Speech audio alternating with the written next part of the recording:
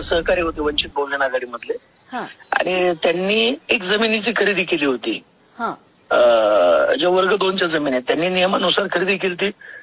आता ते कोर्टामध्ये प्रकरण पेंडिंग आहे त्यांचं. बर मग वाल्मिक कराडांनी काय केलं की त्यांच्या स्वतःच्या रसूकचा वापर करून हा तिथले जे तलाठी आहेत, जे डेप्युटी कलेक्टर आहेत, मंडळ अधिकारी आहेत, यांना ते त्रास द्यायला लागले की या जमिनीचा फेरफार होऊ द्यायचा नाही. हा आता साहजिक माझे सहकारी होते, मी जिल्हाध्यक्ष होते, ते माझ्याकडे आले. हा मग मी वाल्मिक कराडांना फोन केला की यांना ते माझ्या जवळचे सहकारी का संबंध चांगले होते आमच्या तोपर्यंत. बर बर मग ते म्हणलं ठीक आहे तुम्ही या परळीला आपण बसू बोलू. मग त्यांनी 3 करोड रुपयाची डिमांड केली त्रास नसाल व्हायचा तर.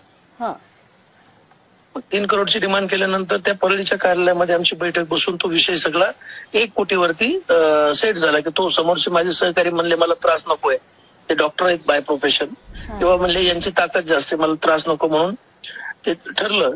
आणि त्या व्यक्तीकडून माझ्या मध्यस्थीने यांनी 25 लाख रुपये घेतले वाल्मिक कराडांनी. बापरे आणि मग ते हे सगळे पैसे होते. मग ते काम झालं नाही तर आता लोक साहजिक मला पैसे परत मागणार.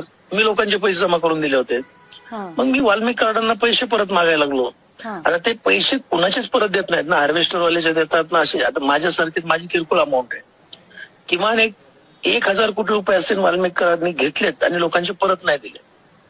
आणि मग मागायला आलं की त्यांना खोट्या गुन्ह्यामध्ये अडकव, त्यांना मारामाऱ्या कर, त्यांना धमक्या दे.